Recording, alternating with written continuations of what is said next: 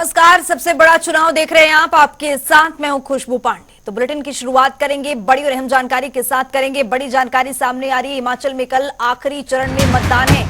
Election breaking में आपको बड़ी और अहम जानकारी से रूबरू करा रहे हैं। लोकसभा की 4 सीटों पर वोट डाले जाएंगे। तो वहीं आपको बता दें कि 6 विधानसभा सीटों पर भी उपचुनाव कल होगा। मतदान को लेकर कड़ी सुरक्षा के इंतजाम किए गए हैं। कल सुबह 7 बजे से वोट डाले जाएंगे। कुल 57.12 लाख मतदाता वोट करेंगे। चुनावी मैदान में 62 उम्मीदवार हैं। तो आपको बता दें कि 62 उम्मीदवारों का कल भविष्य का फैसला होगा मतदाताओं की ओर से। लेकिन बड़ी जानकारी है कि हिमाचल में कल आखिरी और 7वें चरण में मतदान है। लोकसभा की 4 सीटों पर वोट डाले जाएंगे। तो वहीं आपको बता दें कि 6 विधानसभा सीटों पर उपचुनाव भी होना है। इसी को लेकर भी लगातार आपको बता दें कि कई मैदान में आपको बता दें कि कई उम्मीदवार हैं और इन्हीं उम्मीदवारों को लेकर के भी कल मतदाता फैसला करते हुए नजर आएंगे। चुनावी मैदान में 62 उम्मीदवार हैं और हिमाचल में कल आखिरी चरण का भी मतदान संपन्न होगा।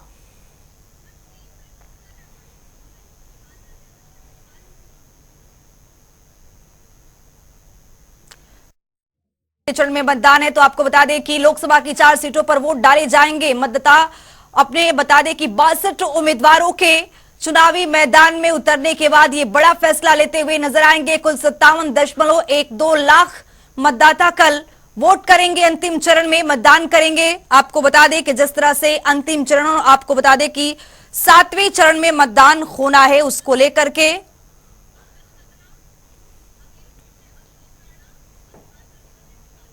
तो हमारे साथ शिमला से हमारे ब्यूरो चीफ विकास शर्मा जुड़ चुके हैं। विकास, कल आपको बता दें कि अंतिम चरण में मतदान होना है और 57.12 लाख ऐसे मतदाता हैं जो 62 उम्मीदवारों के भाग्य का फैसला करेंगे। फिलहाल वहां पर किस तरह की तैयारी शिमला में?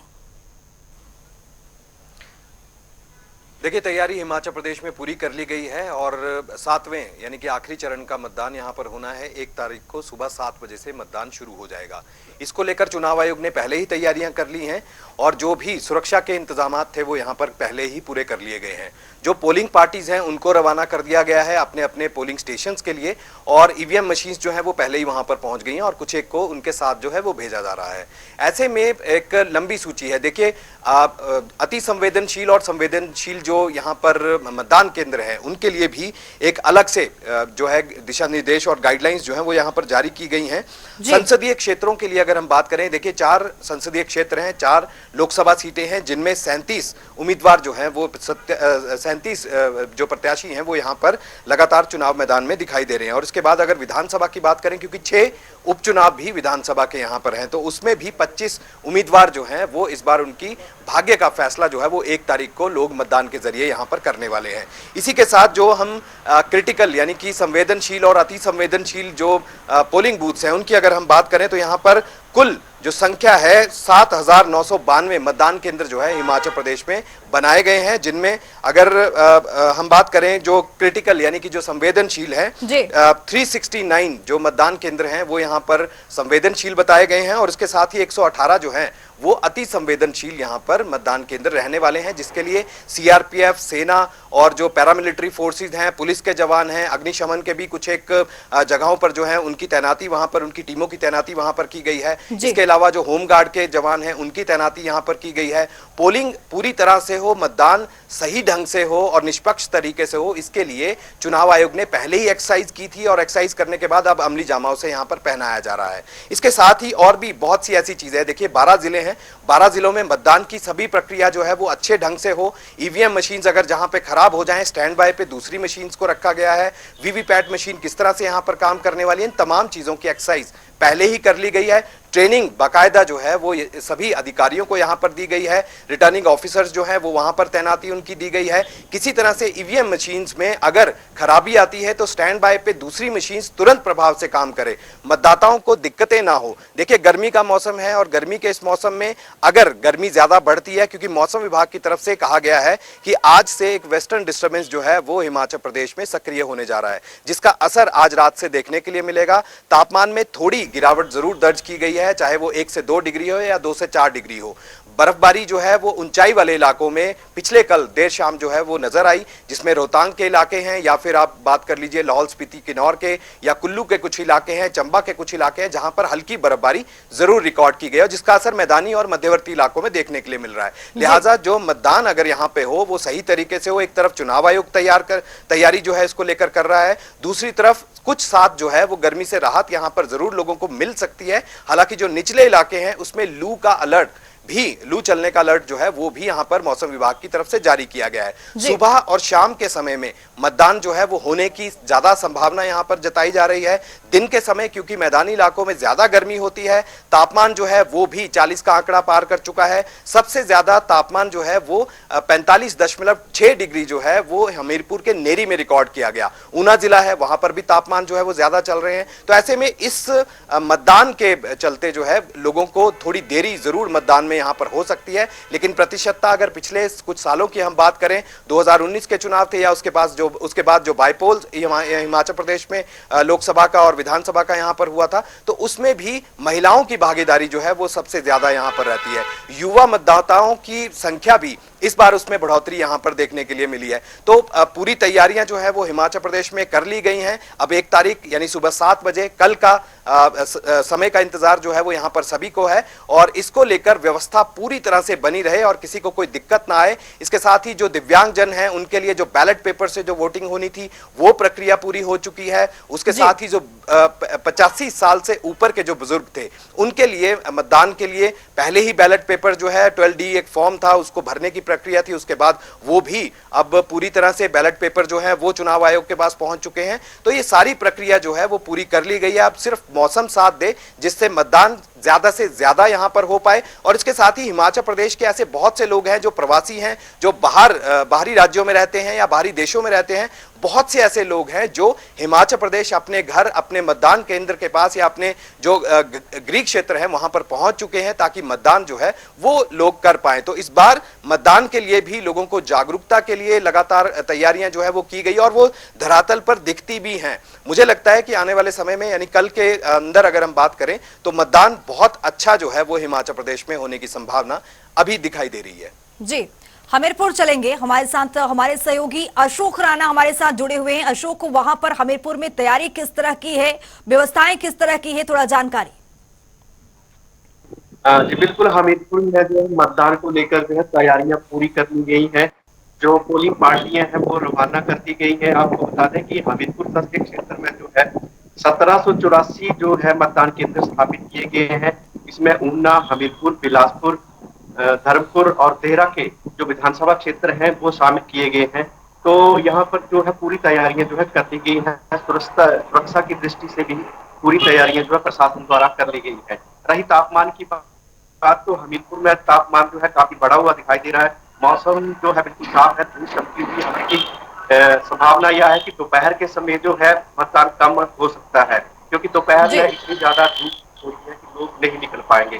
जी, तो हमारे साथ हमारे सहयोगी पंकज कतना भी जुड़े हुए हैं। पंकज, किस तरह की कल वोटिंग होने वाली है आखिरी चरण में 1 जून को, किस तरह की वहां पर तैयारी आप देख पा रहे हैं? बिल्कुल, यहाँ पर तैयारियां पूरी कर ली गई हैं और वहीं कल जो है वो साथ में फ्लैग मार्च करते हुए भी यहाँ पर दिखाई दिए थे। अगर कुल बता के मैं आपको बताना चाहूँ कि 4,33,129 लोग यहाँ पर अपने मतदान का प्रयोग करेंगे, जिसमें 6671 जो है वो सर्विस वाले लोग हैं और उसके साथ साथ 560 केंद्र जो है वो बूथ जो है वो बनाए गए हैं और 50 बूथों पर महिलाएं जो हैं वो सक्रिय रहेंगी और वो उसका संचालन करेंगी। तो ये यहाँ पर एक बड़ी बात जो है वो नजर आ रही है कि महिलाएं भी अब चुनाव मैदान में कहीं ना कहीं उतरती हुई नजर आ रही हैं। उसके अलावा गर्मी की अगर बात करें तो टेम्परेचर में थोड़ी सी आज कमी दिखाई दी है, पर लेकिन कल देखना होगा कि किस प्रकार का यहाँ पर टेम्परेचर रहता है, कितनी धूप रहती है और सुबह और शाम मतदान ज्यादा होने के कयास जो है वो लगाए जा रहे हैं। जी विकास, आपके पास आते हुए, विधानसभा के जब चुनाव होते हैं तो कई सारे मुद्दे होते हैं, लेकिन ये चुनाव आम चुनाव है, लोकसभा का चुनाव है। यहाँ पर लोगों के बीच में मुद्दे क्या हैं और जिस तरह से आप देख रहे हैं कि जो मंडी सीट है वो काफी हॉट सीट बना हुआ है।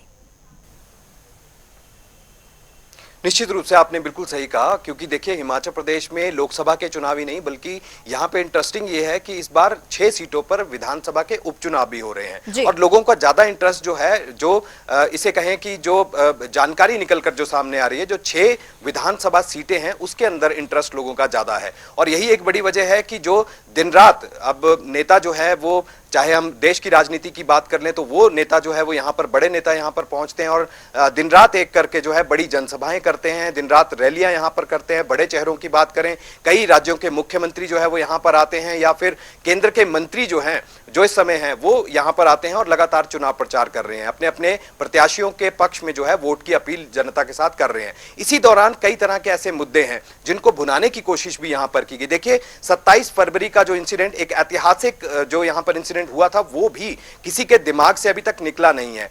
राज्यसभा की वोटिंग होती है और क्रॉस वोटिंग होते हुए कुछ विधायक जो हैं वो पाला बदलकर अब बीजेपी में शामिल हो जाते हैं। तो इसका जरूर इन मुद्दों को भी भुनाया जा रहा है। मुख्यमंत्री लगातार अपने चुनाव प्रचार में, चाहे वो 6 उपचुनाव हो रहे हैं विधानसभा के, उसके अंदर इन मुद्दों को भुनाने की कोशिश की जा रही हो, या फिर और कई ऐसे काम कि जो सांसद यहां पर थे, देखिए 4 सांसद जो है 2019 में चुनकर आए थे, जो कि भाजपा के यहां पर बने थे। उसके बाद एक बाइपोल यहां पर हुआ उसके बाद जो है एक बाइपोल यहां पर हुआ जिसमें कांग्रेस की सीट जो है वो यहां पर मिली, और कांग्रेस को सीट मिलने के बाद अब 3 बीजेपी के पास थे, एक जो है वो कांग्रेस के पास था।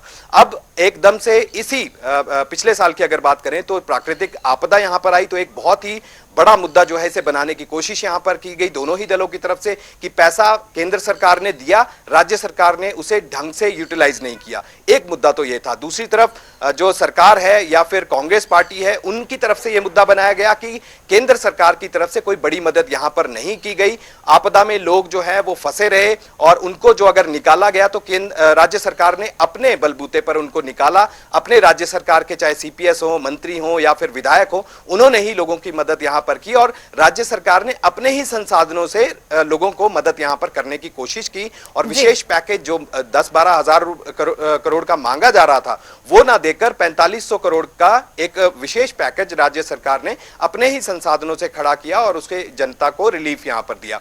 तो ऐसे में कई ऐसे मुद्दे हैं, चाहे आप मंडी सीट की बात कर लीजिए, हॉट सीट उसे कहा जा रहा है। कंगना रनौत जो है वो पहली बार सक्रिय राजनीति में जो है वो आ रही है, राजनीति में आ रही हैं।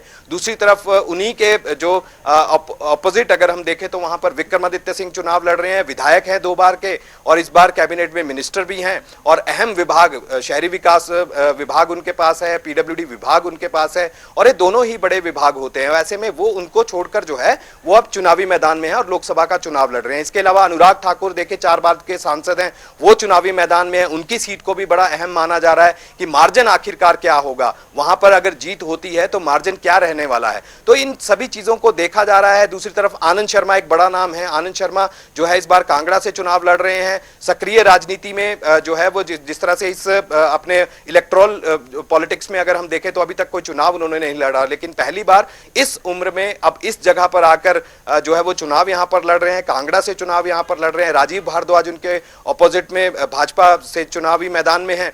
और इसी तरह से अगर हम शिमला संसदीय सीट की बात कर ले तो यहां पर सुरेश कश्यप हैं, जिन्हें दूसरी बार जो है वो यहां से भाजपा ने अपना भरोसा उनके ऊपर जताया है। उनके सामने जो है वो हिमाचल के ही एक विधायक हैं विनोद सुल्तानपुरी। तो विनोद सुल्तानपुरी जो है उनको अपनी विधायकी से हटकर जो है वो अब सांसद के लिए यहां पर उतारा गया, प्रत्याशी कांग्रेस पार्टी ने बनाया है। उनके पिताजी केडी सुल्तानपुरी 6 बार के सांसद रहे हैं, बड़ा नाम है और हिमाचल प्रदेश में जो 6 बार का सांसद बनना आप खुद समझ सकते हैं कितना किस तरह की बातें जो है वो यहां पर की जा रही हैं। तो कुल मिलाकर हिमाचल प्रदेश का चुनाव जो है बेहद रोचक इस समय बना हुआ है, चाहे हम लोकसभा सीटों की अगर हम बात कर लें या फिर 6 उपचुनाव की अगर बात करें विधानसभा के। तो लोगों का इंटरेस्ट इस चीज में ज्यादा है कि कौन वो नेता होगा, किस तरह से भरोसा उसके ऊपर जताया जाए, क्या एंटी इनकम्बेंसी नाम की कोई चीज यहां पर होगी, क्या सरकार से कोई नाराजगी यहां पर होगी या फिर मोदी सरकार ने बहुत ही बेहतरीन काम यहां पर किए हैं। तो ये तमाम चीजों को लोग यहां पर देख रहे हैं, युवा खास तौर पर इंटरेस्ट ले रहे हैं और इस बार अपना वोट का इस्तेमाल इस्तेमाल करके एक सही नेता को और एक अच्छे नेता को चुनने की यहां पर तैयारी लोगों ने कर ली है। महिलाओं की भागीदारी सबसे ज्यादा यहां पर होती है, पहाड़ों पर होती है, लिहाजा महिलाओं ने भी इस बार मूड बना रखा है कि ज्यादा से ज्यादा मतदान जो है वो यहां पर करेंगे, चाहे वो सेल्फ हेल्प ग्रुप्स में जाकर लोगों को जागरूक करने की बात हो या चुनाव आयोग की तरफ से जगह जगह जाकर ये प्रचार किया जाए कि आप मतदान जो है वो ज्यादा से ज्यादा इसमें भागीदारी अपनी सुनिश्चित करें। तो ये तमाम चीजें हैं, सारे एस्पेक्ट्स हैं। आरोप प्रत्यारोप जो है वो दिन रात देखने के लिए मिले, एक दिन कोई बयान देता है तो दूसरे दिन दूसरा धड़ा जो है वो बयान देता है कि अब आखिरकार आगे किस तरह से चीजें चलनी है, और इन्हीं सब चीजों को मुद्दा बनाया जा रहा है, चाहे वो विकास के नाम पर बातचीत करनी हो या फिर जो सरकार, राज्य सरकार के जो 16 महीने के कामकाज की अगर बात करें, क्योंकि आपदा जो यहां पर आई थी, प्राकृतिक आपदा के अंदर भी बड़ा नुकसान यहां पर हुआ था। तो ये सारी चीजों को लोग देख रहे हैं। आने वाले दिन में यानी कि कल जो है जब मतदान यहां पर होगा तो देखना ही होगा कि जो किस्मत है वो किसकी यहां पर खुलती है और किसको यहां पर जो है वो हार का मुंह यहां पर देखना होगा। 4 तारीख को ये रिजल्ट जो है वो सामने आने वाले हैं। जी अशोक राणा, हमीरपुर में जिस तरह से समीकरण आप देख रहे हैं, लगातार यहाँ पर प्रियंका गांधी वाड्रा हिमाचल दौरे पर थी, 4 दिवसीय दौरे पर थी, और लगातार अनुराग ठाकुर की ओर से भी कई शीर्ष नेतृत्व की तरफ से, बीजेपी की ओर से कई नेता चुनाव प्रचार प्रसार करने के लिए आए थे। वहां पर माहौल क्या है और क्या कुछ वहां पर समीकरण बनता हुआ आप देख रहे हैं अशोक? जी देखिए, हमीरपुर संसदीय क्षेत्र में जो है प्रियंका गांधी जो है कांग्रेस के बड़े नेता जो है पहुंचे हुए थे। काफी जोश जो था लोगों में देखने को मिल रहा था। वहीं अनुराग सिंह ठाकुर के जो साथ देने के लिए जो थे योगी जी यहाँ पर पहुंचे थे। उन्होंने पिछले कल जो है एक बहुत बड़ी जनसभा जो है बिजड़ी में की है, तो वहां भी काफी जनसंख्या जो है देखने को मिली है और कयास लगाए जा रहे हैं कि यहाँ पर जो है कांटे की टक्कर जो है देखने को मिल रही है।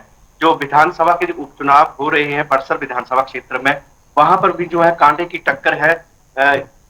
मुख्यमंत्री ठाकुर सुखविंदर सिंह सुक्खू जो है लगातार बड़सर विधानसभा क्षेत्र में 8 से 10 नुक्कड़ सभाएं जो है प्रतिदिन करते नजर आए हैं। तो वहीं बीजेपी के तमाम नेता जो है वहां पर बड़सर में पहुंचे हैं और लोगों को जो केंद्र सरकार की जो जन कल्याणकारी नीतियां थी उसके बारे में अवगत करवाते नजर आए हैं। जी पंकज खन्ना, आपके पास आते हुए दोनों पार्टियों की ओर से लगातार शीर्ष नेतृत्व का आना, चुनावी प्रचार जोरों शोरों से करना, क्या कुछ माहौल समीकरण किस तरह का बनता हुआ वहां पर? देखिए, हमने तमाम जिला ऊना के इलाकों में बात की, क्योंकि जिला ऊना में 2 विधानसभा उपचुनाव हो रहे हैं और साथ में लोकसभा चुनाव तो हो ही रहे हैं। पर लेकिन यहाँ पर हमने जब बात करने की कोशिश की तो कैमरे के आगे बहुत कम लोग जो हैं वो आकर बोल रहे हैं। कहीं ना कहीं साइलेंट वोट कह सकते हैं, साइलेंट मतदाता यहाँ पर अपना काम जो है वो करेंगे, क्योंकि कहीं ना कहीं यहाँ पर शीर्ष नेतृत्व चाहे वो बीजेपी का हो चाहे वो कांग्रेस का हो, दोनों ने आकर बड़ी जनसभाओं को संबोधित किया। नितिन गडकरी यहाँ पर आए हैं, अमित शाह यहाँ पर पहुंचे हैं, प्रियंका गांधी, राहुल गांधी, ये दोनों तमाम कांग्रेस पार्टी के नेता यहाँ पर पहुंचे। तो कहीं ना कहीं टक्कर विधानसभा क्षेत्रों पर भी है और वहीं लोकसभा चुनाव जिसमें अनुराग सिंह ठाकुर और सतपाल सिंह रजादा दोनों खड़े हैं, ये दोनों में भी टक्कर जो है होती हुई दिखाई दे रही है। आप सभी का बहुत शुक्रिया तमाम जानकारी साझा करने के लिए। तो आपको बता दें कि अंतिम चरण में चुनाव है 1 जून को हिमाचल प्रदेश में, और उसी को लेकर तैयारियां जोरों शोरों से की गई है। जिस तरह से आप देख रहे तस्वीरों में किस तरह से पुलिस प्रशासन की ओर से भी पुख्ता इंतजाम किया गया है। तो आपको बता दें कि 6 विधानसभा सीट पर भी हिमाचल प्रदेश में उपचुनाव हो रहा है। 1 जून को होने वाले लोकसभा और विधानसभा के उपचुनाव को लेकर चुनाव प्रचार थम गया है। चुनाव आयोग ने मतदान के लिए सभी तैयारियां पूरी कर ली है और आपको बता दें कि केंद्रों के पोलिंग पार्टियां भी रवाना हो गई है और 1 जून को सुबह 7 बजे से शाम 6 बजे तक मतदान की प्रक्रिया चलेगी। मतदान को लेके पूरी तैयारियां कर ली गई हैं। चुनाव प्रचार जो है वो 6 बजे थम जाता है और 48 hours before the last time of poll, और इस दौरान जो हैं जैसे ड्राई डेज भी डिक्लेयर किए गए हैं और जो 1 जून को पेड हॉलीडे भी डिक्लेयर की गई है सभी प्रकार के एम्प्लॉयज़ के लिए। और जो इसके अलावा जो सारी तैयारियां हैं वो कर ली गई हैं, ट्रेनिंग्स करवा दी गई हैं पोलिंग पार्टीज़ की। पोलिंग पार्टीज़ का डिस्पैच भी स्टार्ट हो गया है, काफ़ी हद तक कंप्लीट हो गया है और फोर्सेस का डिप्लॉयमेंट भी कम्प्लीटली हो गया है। सफिशिएंट नंबर ऑफ फोर्सेस हमारे पास अवेलेबल हैं। मंडी शहर के खोलियार के पास पार्किंग में खड़ी गाड़ियों में अचानक आग लग गई। इस दौरान 3 कारें जलकर राख हो गई है। आशंका जताई जा रही है कि कूड़े की ढेर में किसी ने आग लगाई है और तेज हवाओं के साथ ये आग कारों तक आ पहुंची है। जिससे आग लग गई है। घटना की सूचना मिलते ही अग्निशमन विभाग की टीम ने मौके पर पहुंची और आग पर काबू पा लिया है।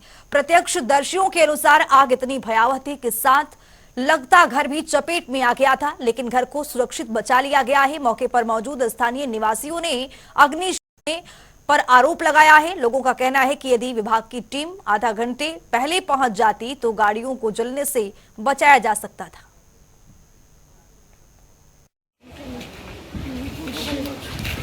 2 घंटे पहले यहाँ पर जो है आग लगी, तो जैसे थोड़ी सी आग लगी तो हमने जो है 108 नंबर में 104 नंबर में मैंने फ़ोन किए, पर 108 वालों से मुझे आया कि बोले जी आपकी कंप्लेंट लिख दी। मैं 4 बार फ़ोन किया, 4 बार मैंने हर नंबर पर ट्राई किया।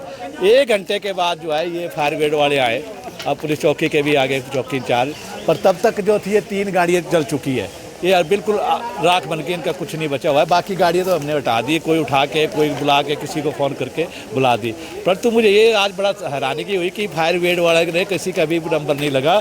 हमें जैसे ही सूचना मिली तो हम अपनी गाड़ी लेके सीधे खलियार में पहुंचे, तो रोड संकरा होने के कारण गाड़ी नीचे तक नहीं आ सकती थी, और जैसे ही हम गाड़ी सड़क में खड़ी की और हौज लेके और अपना साजो सामान लेके हाइडेंट से अपनी लाइन बिछा के और गाड़ियों पे अपने देखा तो 3 गाड़ियाँ जल रही थी, और उसके बाद हमने उन पे काबू पाया गया।